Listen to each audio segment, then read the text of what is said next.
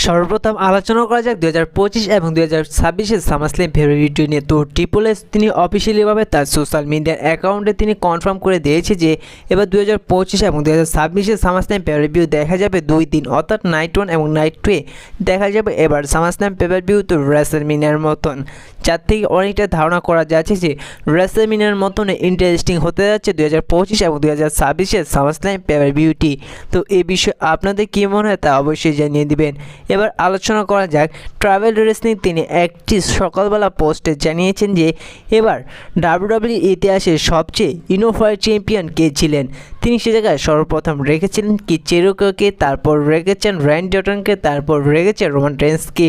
তো আমার যতটুকু মনে হয় যে সে জায়গার মধ্যে সবচেয়ে বেস্ট ইউনিফাইড চ্যাম্পিয়ন হয়েছে ডাব্লিউডাব্লিউ ইতিহাসে রোমান রেন্স। কারণ রোমান রেন্স যে সময় এসেছে তিনি এসে ব্রক লেসনারের মতো রেসলারকে হারিয়ে তিনি চ্যাম্পিয়ন হয়েছেন এবং ডাব্লিউডাব্লিউকে এক পর্যায়ে নিয়ে গিয়েছেন। তো এই বিষয়ে আপনাদের কী মনে তা অবশ্যই জানিয়ে দিবেন। এবার আলোচনা করা যাক এনএক্সটি এবং টিএনএকে রেসলারদের নিয়ে। তো অনেক জায়গা থেকে জানা যাচ্ছে এবার টিএনএ থেকে এনএক্সটিতে এসে টিএনএ রেসলার পারফরমেন্স দিবেন। তো এক হিসেবে আমার যতটুকু মনে হয় যে দোনো পক্ষেরই ভালো হবে। টিএনএর ভিউয়ারশিপ কিছু আর্ন হবে, অপরের দিকে এনএক্সটিও কিছু ভিউয়ারশিপ আর্ন হবে। এক পর্যায়ে বলতে গেলে ডাব্লিউডাব্লিউ যদি এটি করে থাকে তাহলে ভালোই হবে। তো এই বিষয়ে আপনাদের কী মনে তা অবশ্যই জানিয়ে দিবেন। এবার আলোচনা করা যাক কালকে স্ম্যাকডাউনকে নিয়ে। তো কালকে স্ম্যাকডাউনের জন্য ডাব্লিউডাব্লিউ তেমন কিছু অ্যাডভার্টাইজ করেনি, তো যতটুকু অ্যাডভার্টাইজ করেছে ততটুকু জানিয়ে দিই যেমন কী কী হতে পারে তাও জানাবো। সর্বপ্রথম আলোচনা করা যাক কালকে স্ম্যাকডাউনে আপনারা দেখতে পারবেন বেলি এবং নিউমির মধ্যে একটি নাম্বার 1 কন্টেন্ডারশিপের ম্যাচ, এবং এই ম্যাচটির মধ্যে যে জিতবে সেই ন্যাজাককে ফেস করবে স্ম্যাকডাউন ওমেন চ্যাম্পিয়নশিপের জন্য, এবং এদের ম্যাচটি হয়তো দেখা যেতে পারে এবার ব্যাট বেলাটে। তো যতটুকু জানা যাচ্ছে যে এই ম্যাচটির মধ্যে কোনোভাবে নিয়মে তিনি বেলিকে হারাতে পারবে না, আর এই ম্যাচটির মধ্যে বেলি তিনি নিয়মকে হারিয়ে ব্যাট বেলার বিরুদ্ধে হয়তো ফেস করবে ন্যাজাককে স্ম্যাকডাউন ওমেন চ্যাম্পিয়নশিপের জন্য। আর কালকে স্ম্যাকডাউনের জন্য আরও একটি ম্যাচ কনফার্ম রয়েছে, সেটি হচ্ছে যে কার্মেলো হাইজের সাথে আন্ড্রাদের মধ্যে। আপনারা গত স্ম্যাকডাউনে যেমন দেখেছিলেন যে আন্ড্রাদেরকে আক্রমণ করে দিয়েছে কার্মেলো হাইজ, পরবর্তীতে এদের ম্যাচ কনফার্ম হয় কালকে স্ম্যাকডাউনের জন্য।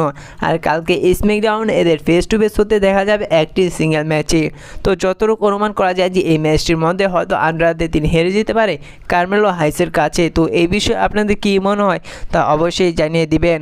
এবার আলোচনা করা যাক কালকে স্ম্যাকডাউনের জন্য ডাব্লিউডাব্লিউ অফিসিয়ালিভাবে কনফার্ম করে দিয়েছে যে কালকে স্ম্যাকডাউনে আসতে চলেছেন head of the table tribal chief Roman Reigns এবং আমেরিকান নাইস কোডি রোডস।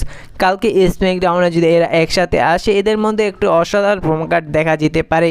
ঠিক সে সময় হয়তো অনুমান করা যায় যে সে জায়গায় সোলো সুকা এবং তার ব্লাড লাইন মেম্বারগুলোকে নিয়ে ইন্টারফিয়ার করতে পারে। ঠিক সে সময় তারা আক্রমণ করার চেষ্টা করতে পারে রোমান রেন্স এবং কোডি রোডসকে, এবং সে জায়গায় হয়তো রোমান রেন্স তারও আক্রমণের শিকার হতে পারে, আর নয়তো সোলো সুকা ব্লাড লাইন মেম্বারগুলো আক্রমণের শিকার হতে পারে কোডি রোডস এবং রোমান রেন্সের কাছে।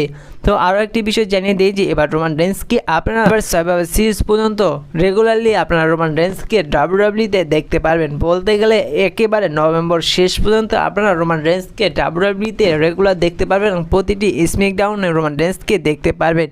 তো এই বিষয়ে আপনাদের কী মনে হয় তা অবশ্যই জানিয়ে দিবেন। আর আজকে এই ভিডিওটা এই পর্যন্তই ছিল। দেখা হচ্ছে পরবর্তী কোনো নতুন ভিডিওতে নতুন আপডেট নিয়ে। ভিডিওটি যদি ভালো লাগে অবশ্যই একটি লাইক করে দিবেন, আর এই ছোটো রেসলিং চ্যানেল নতুন হয়ে থাকলে চ্যানেলটি সাবস্ক্রাইব করে দিবেন।